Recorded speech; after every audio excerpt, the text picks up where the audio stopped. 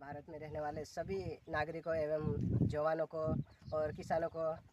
मेरे तरफ से सभी जवानों को सैल्यूट है। और मेरे किसानों को जयराम जी की, और मेरे भारत में सभी रहने वाले जो एवं पूर्वजों से सदियों से रहने वाले सभी आदिवासी को जय जोहार, जय आदिवासी। तो भाई मेरे तरफ से एक बात कहना चाहूँ मैं कि जो हमारे श्री राम प्रभु जी ने इस देश में आया और वानर सेना को जो शिक्षण दिया था उसके तरफ थोड़ा सा मैं जाना चाहूँ, और उसके बाद में जो अगली जो बात है मेन उसके ऊपर अपन बात करेंगे। उससे पहले मैं श्री राम प्रभु जी की जो 4 लाइनें हैं उसको सुनना चाहूँ और समझना चाहूँ। तो श्री राम प्रभु जी ने हमारे इस देश में आया, जो अयोध्या में जन्म होने के बाद, जो सीता माता को रावण ले जाने के बाद और राम सेतु बनाने से पहले श्री राम प्रभु ने उस वानर सेना को जो शिक्षण दिया था वो सुन लूँ मैं, उसके बाद मैं दूसरी बातों के ऊपर जाऊंगा। तो श्री राम प्रभु ने ये कहा था उसके वानर सेना को, रण बाकी रो वीरो, जब सैनिक युद्ध के लिए पहला प्रथम पग बढ़ाता है तो सैनिक अपना इस संसार के सारा रिश्ता नाता छोड़कर यहाँ तक के उसका इस संसार का सारा रिश्ता नाता छोड़कर और यहाँ तक का उसका जीवन का साथ भी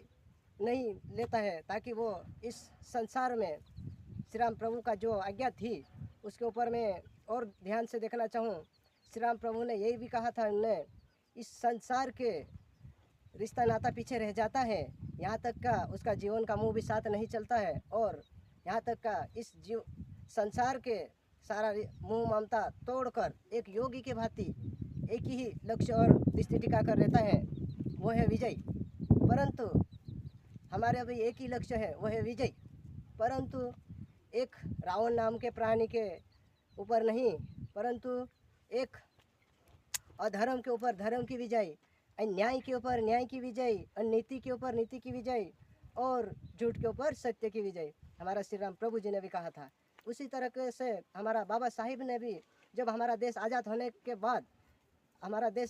के बाद बाबा साहिब ने भी संविधान लिख दिया, ताकि छोटा बच्चा हो या जो निचाही या कमज़ोर यानी कि निहत्तर लोग हैं उनको भी बराबर अधिकार मिले। इसीलिए बाबा साहिब ने भी आर्टिकल 13 में ये कहा है कि ऐसा कानून राज्य सरकार भी ना बनाए, और ऐसा काम जो राज्य में रहने वाले जनसंख्या भी जाने के जो नागरिक है वो भी ना करें, ताकि उस संविधान को अड़चन आए ऐसा। तो उसी के हिसाब से एक बात कहना चाहूँ मैं साथी, या हमारे देश के अंदर छोटे बच्चे के ऊपर, और यानी कि 10 से 12 साल के नीचे बच्चे रहते हैं उनके ऊपर अत्याचार बहुत बढ़ गया है। यानी कि यहाँ से किडनैप हो जाता है, किडनैप करके बाहर विदेश ले जाके बेचा जाता है, या तो फिर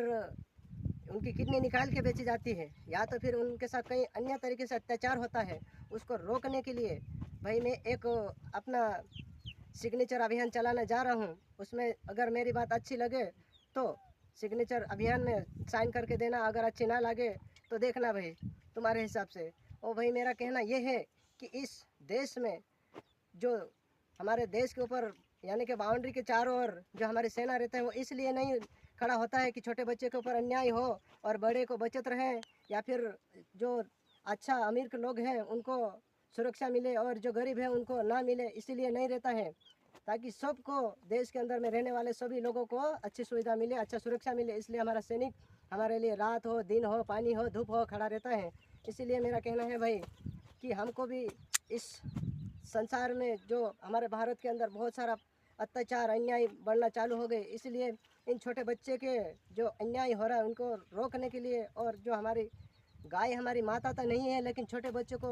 उस गाय का दूध पिलाया जाता है तो वो तंदुरुस्त भी रहता है और उसको हजम भी होता है। तो उस गाय के लिए और एक छोटे बच्चे के लिए हमको एक लड़ाई लड़ना है कानून के लिए। यदि जो